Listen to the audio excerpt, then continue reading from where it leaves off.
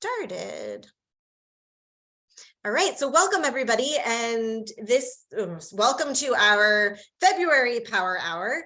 We come together once a month for an hour of learning and discussion and community building on a topic that is relevant to one of the things that Reloveution focuses on. So that's generally work culture, employee engagement, professional wellness, and leadership and management development. Today's topic ties into all of those things. My name is Marissa Badgley. I am the founder of Reloveution. For those of you who are new to the space, Reloveution is a professional development and consulting and advisory services provider focused on helping build more compassionate and human-centered workplaces and leadership. So if you are tuning in live or you are watching back and that feels like something you would like to talk more about, I invite you to reach out to me. I will share my contact information at the end. But I love Power Hours because this is where I get to shut up and be quiet and learn something from experts within the Reloveution family. And so today we get the opportunity to meet and talk with Dan Callahan, who is not only a colleague, not only local to where I currently live, but is also a good friend. And I learn something in every conversation that I have with him. And I'm so excited for us to be able to learn from and with him today on the topic of time mastery. And so I'm going to let him take it away. Dan, you are up. Thank you, Marissa, and thanks everybody for coming out today. Excited to have you on. I'm just gonna get my screen shared here. So time mastery is a topic that I could talk about for many hours at a time. We only have about 30 minutes for me to present today, so I think my goal for the next 30, 25 minutes-ish is to kind of give you a bunch of information and a bunch of ideas and things that you can hopefully implement in your business with your team. And then have the Q&A. We can go back and do a deeper dive into any of the topics that I cover in here. You know, normally this is a half-a-day workshop that we run. And yes, that is my first shameless plug, but not my last one of this presentation. But this is something that I have done a ton of work on. This is something that every single client that we engage with, this is the first thing that we work on because it's something we all struggle with. So for those of you who don't know me, my name is Dan Callahan. I'm a certified business coach with Acadia Action Coach and a fellow mountain climber. So time mastery is not reaching the top of the mountain. And in my experience, there is no top of the mountain, right? So I think in my 20s, I thought I'm just going to work really, really hard and I'm going to get to the top of the mountain and then life's going to be easier. And then I got knocked down enough times to realize that, yes, there are peaks and valleys in your life, but ultimately life is an uphill climb. And if you want to get more fulfillment out of your life, you have to keep climbing the mountain.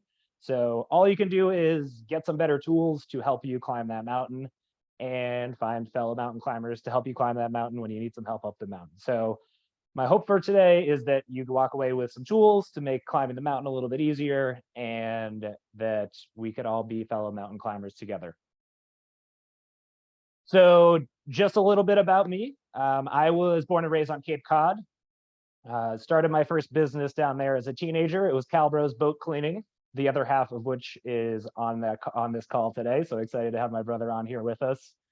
And that's kind of where I got my business bug from. So I've just been fascinated with businesses ever since. So I went to Providence College, got my degree in business management, and started my career building my own book of business as a financial advisor. So built my own book of business coming out of school at 22, was also in charge of my own schedule coming out of school from day one in my career. So I've had a lot of ups and downs as far as efficiency and success with my calendar for sure. So did that for about 6.5 years, realized that was not what I was meant to be doing. It was not what I was passionate about. So I had no idea what I wanted to do. And I hired a coach. And that really put me on the beginning of my personal development journey and also helped me to land kind of a dream job down on Long Island, working in the travel industry. So kind of training travel agency owners in sales and developing and execute marketing plans and getting sent around the world for free, which is a really fun perk of the travel industry until there's a global pandemic.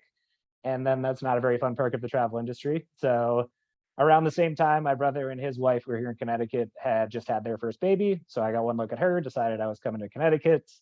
And that's when I connected with Dave Olchowski, who's the owner here at Acadia Action Coach. And I've never looked back. Really came over in about August of 2020. I've really fallen in love with Connecticut. Have fallen in love in Connecticut. On the left side of that photo down there is my girlfriend, Lauren, and our dog, Kira. So we live just south of Hartford in Rocky Hill, Connecticut.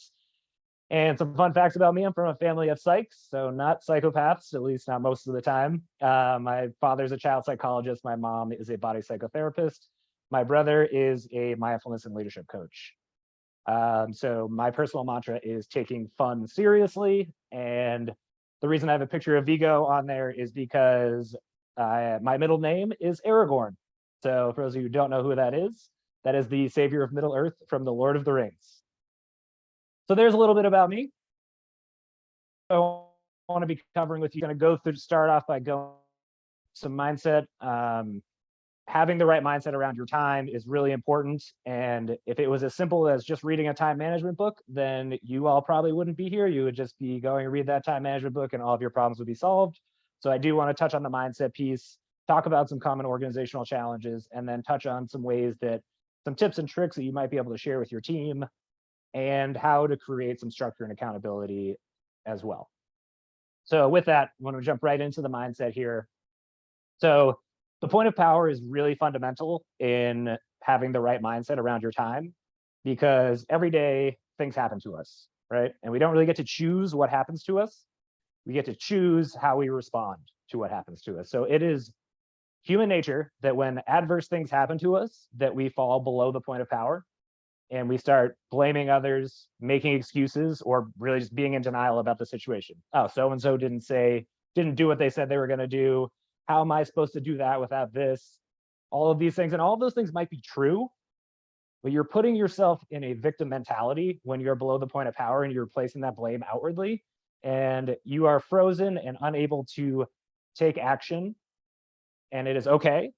I just challenge you to recognize when you fall below the point, have a moment of mindfulness, and come back above the point of power where you are responsible, accountable, and are taking ownership of the current situation. Because when you are responsible, you are response-able. So, okay, here are the current set of facts. What can I do? What can I do now that this plan has been blown up for the day? And maybe it wasn't your fault, and there are many factors in there, but how can I take ownership of my time? And how can I invest it in the best way to continue moving towards my goals? So going from being powerless to being powerful.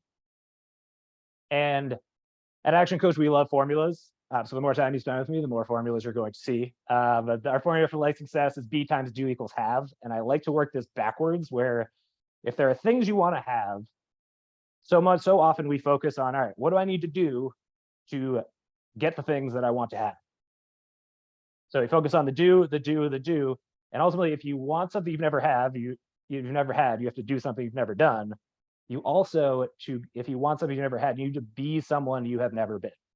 So if you want to be incredible at time, then you need to be someone who is incredible at managing their time.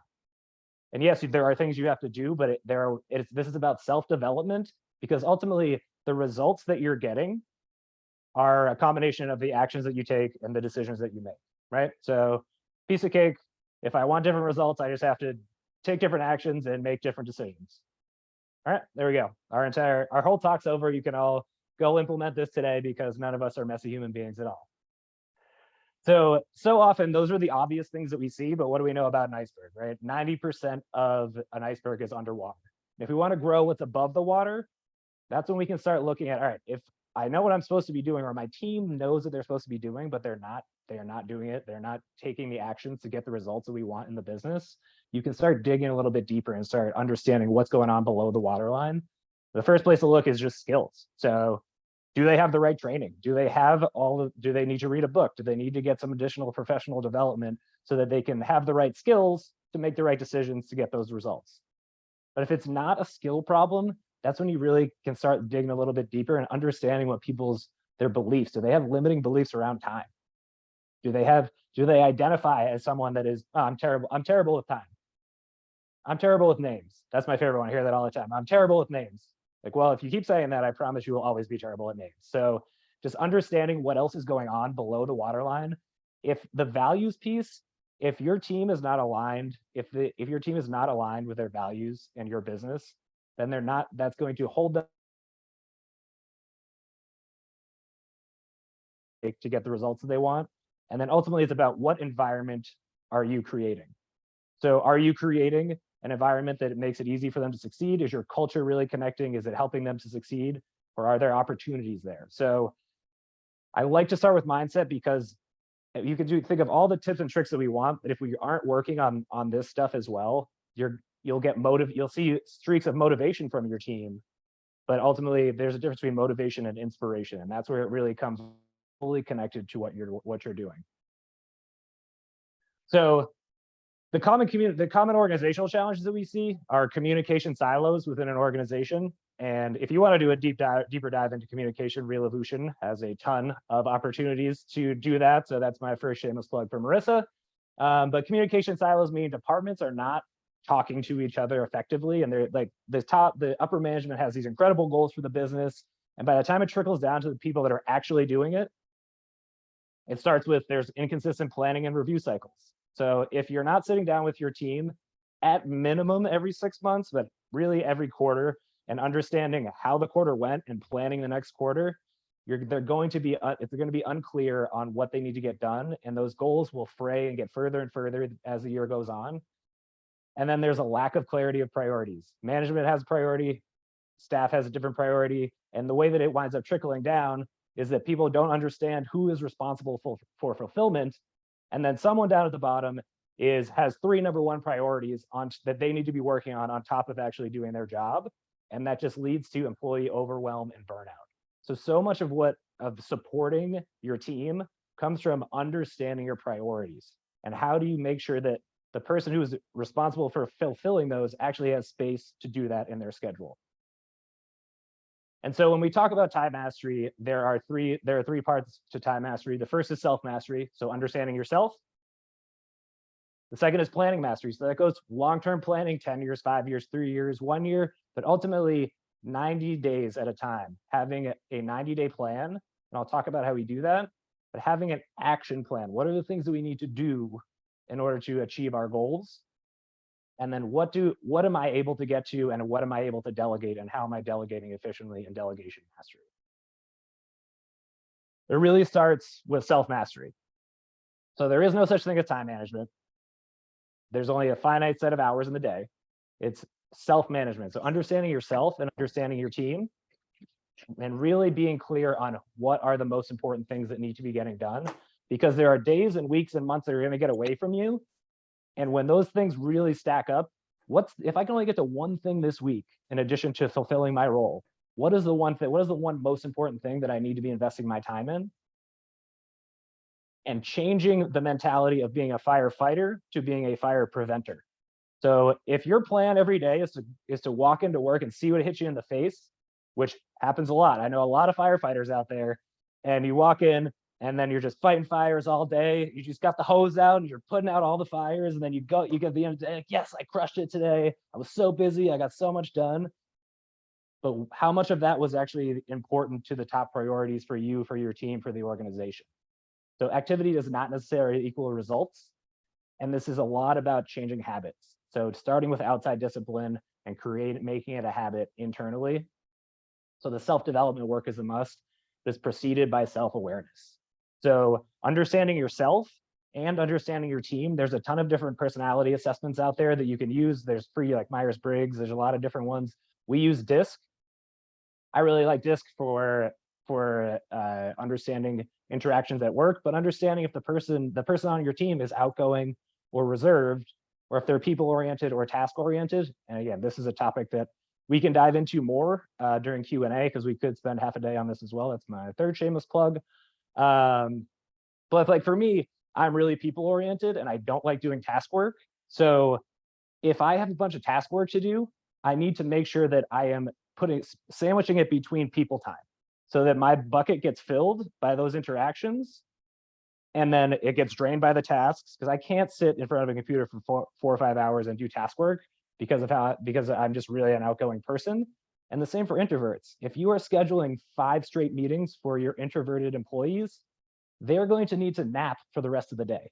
So understanding how those different personalities affect your team, and then really understanding where is your time going. So for those of you who have read Stephen Covey's 7 Habits of Highly Effective People, there's the matrix of urgency and importance. So what we've done is kind of taken that and turned it into a time target. So outside of the target is the not urgent and not important things, and we call that delusion, or distraction, excuse me, we call that distraction. And everyone needs a little bit of distraction in their day, because nobody can be just a time ninja that is 100% focused throughout the day. Everyone needs an opportunity to take a break. Maybe it's playing a game on your phone, maybe it's scrolling through Instagram, or maybe it's watching a YouTube video. The challenge with those platforms is they are all designed to keep you there. So you go to watch a funny cat video for 3 minutes, and then 45 minutes later, you've been sucked into the YouTube vortex and you've just wasted an hour of your day. And you come out of it and you're not replenished or excited. You're just angry at yourself that you just wasted 45 minutes. So understanding and limiting the distractions, and then also understanding and limiting the delusion. So we urgent but not important, we call delusion. So things that are really urgent to someone else that are not necessarily urgent and important for you. So your email inbox is the #1 place where these things live. So if every time you get a ping on your phone because you get an email notification, you go and spend 3 minutes answering that email, and now it takes you 15 more minutes to get focused again. So understanding what is truly urgent and important for you, and understanding how you can position that with clients and with your team to really carve out focus time for yourself. And I'll talk about how we do that. And then there's the urgent and important stuff. And that is going to be the majority of the things you're doing. Those are the things that you need to do to produce your product or service, that we want that to be around 60% of the time. And then the really important piece, and this part is almost never at 20% when we start working with a new client, is the proactive activities. So those are things that are projects that are further out that need to be worked on incrementally. And some of those things are, so for instance, when I booked this speaking engagement with Marissa, I put that in my calendar. And if I hadn't worked on this presentation until last week or this week even, then that would have slipped into the urgent and important category. So some of those things will move into urgent and important if you don't pay attention to them. And that's when we get into some overwhelm as well, when we're not paying attention to taking bites out of those bigger projects. But some of those things will never go in there unless you put them there. So those are those proactive activities, like systematizing different parts of your function. It could be investigating a new CRM. It could be looking for new collaboration opportunities with other businesses. That is working on your business, working on your job and your function. We want that to be about 20% of your time, because those things might not be urgent, but oftentimes they are the most important pieces to help your organization grow over the long term. So really understanding where your time is going and where you're investing your time is key to unlocking where that goes. And that starts with something as simple as a time audit. So every 30 minutes for 2 weeks, write down what you were doing for that 30 minutes, and that'll really start to give you a clear picture of what and where on this target all of that stuff lies. And then as far as interruption strategies, so the biggest thing that you could do is creating strong boundaries with your team and with your clients. So many of our clients, and I can see how this falls in, you want to be really accessible to your team, and you want to be really accessible to your clients, right? So there are so many people that you have an open door policy, like I always want to be there for you, which is great until you are getting interrupted all of the time and you can never focus on things. So the key to having good boundaries around that is just positioning it up front of saying, hey, this is when I'm available for this, this, and this. And if it's an emergency, a perfect example, one of our clients was really having trouble with her team. Her management team was coming in, interrupting her, and she wasn't able to do any of that target work, any of the working on the business. So she created office hours at 2 different times during the day that people can book 15 minutes with her to address those issues. And she's a big football fan, so she also has a red challenge flag, that everybody gets one of these per day. So if they have something that is an emergency, they can throw the red flag and speak with her. Otherwise, it's book time during office hours. And as she's implemented this, people have gotten really choosy about when they throw that red flag, and it's freed up so much time and focus time for her. Another one of our clients has set focus time for herself and each one of her team members at different times of the week. So it's a 2-hour block where everything gets turned off and no one's allowed to speak to that person, so they can just focus on long-term goals. And her team loves it. And because they can realize how much they can get done during that block. And then they really respect her time because they understand how productive that time is. So creating those boundaries are super, super important. Make sure you have someone else create a steel curtain of defense when you are in focus time. And triaging your emails, that's another one that we could spend half an hour on. But understanding how to triage your emails. Don't have it be the first thing you do when you come in the morning and just burn through spend the first hour and a half on emails, and then you spend the next 45 minutes answering a bunch of those emails, and then half of your morning is gone. I'm twinging a little bit because I'm speaking from experience, not just from others' experience. And then ultimately set the timer on the bomb. So if you are answering the phone, set up the time for exit up front. So listen, I have 5 minutes. I have 5 minutes until I've got to get going. Is that all the time you need, or should we book time for a longer conversation? Because then you're showing the person that you see them, you hear them, it's important to you, but also, listen, this is not the time that I can give you 20 minutes. I have 5 minutes. Can we do it in that amount of time, or do we book another time later on? And just modeling this with your team and your clients is how you start. Because we talk, so many people, we block out time to do things, and you don't wind up getting to it during that block. So that's really how you can start to dig into there and carve out more solid blocks. Because ultimately, many of us have heard this analogy, right? If your life is a jar, your time is a jar, there's rocks, pebbles, and sand. And understanding the rocks are those most important things. And if you don't make space for the rocks up front, then your jar will get filled with pebbles and sand, and you won't get to the most important things. So understanding what those rocks are is super important, and making sure they make it on your calendar. And as soon as a rock goes into your calendar, what are the pebbles that need to go with it? So what are the supporting tasks that need to happen for you to be successful in doing that? So when it comes to planning mastery, a plan needs to be an action plan. So based on what you do, not a theory. So if you take nothing else away from this and start implementing one thing, it's make a daily to-do list the last activity of every single day. So before you go home at the end of the day, know exactly what you want to get accomplished tomorrow. So if my day goes perfectly, this is what tomorrow will look like. And put it on your calendar. Put your to-do list on your calendar. And I'll show you kind of some of the calendar mastery piece in a second too, as we wrap up here. So it's about turning KPIs into KAIs. So KPIs, key performance indicators. And if you're not using KPIs as part of your business, if you Google common KPIs for my role in my industry, you will find all different types of ideas around key performance indicators, but they're how you clearly measure how you perform. So it's a look back on what you accomplished. What we want to do is turn those KPIs into KAI, so key activity indicators, which are the activities you need to do on a daily, weekly, monthly, ongoing basis to achieve your KPIs. And this is where you really start to unlock, these are the ongoing things that I need to do. So having your daily success activities and creating a 90-day plan. And I realize this is a lot to flash up on the screen. That's going to happen a couple more times in the last 3 minutes. So just so you know. So this is an actual 90-day plan of mine, and it is an action plan. So it is every single week. These are the activities that I'm going to do based on my goals for the quarter.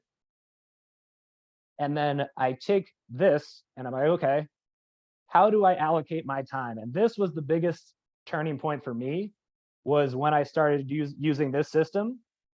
Is all right, here's all of the activities. Here are all the activities I want to do in a given week.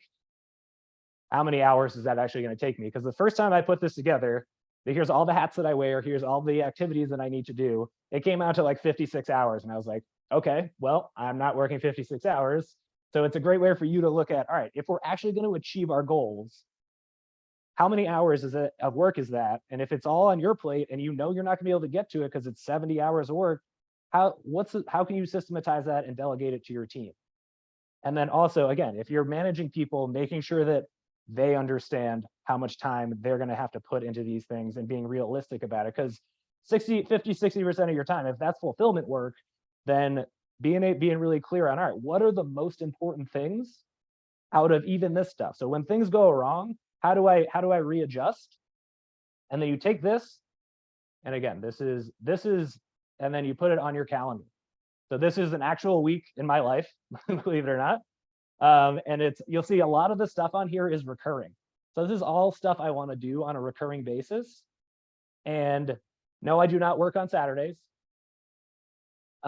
This is all stuff that I didn't get to that week. So when you don't get to a task, it doesn't disappear. It goes into Saturday when I'm planning my next week. So the last piece of my calendar every single week is not happy hour every week, but that was my birthday, so that happened at 3 o'clock. But normally, firm schedule for next week is the last thing I do on a Friday, which means I'm looking at next week and seeing where these things go. So how do I fit those things in next week? And then if you look 2 weeks out, here's all the recurring stuff that I want to be doing. There's also, you'll see there's stuff stacked up like here, oh, this is a monthly thing that didn't fit. So I can move this into over here and move this into over here. And no, every day doesn't go perfectly, but at least it keeps you honest about, okay, if I didn't get to an A priority this week, I have to make sure I make time for it next week. So you can start to really prioritize how you put your schedule together.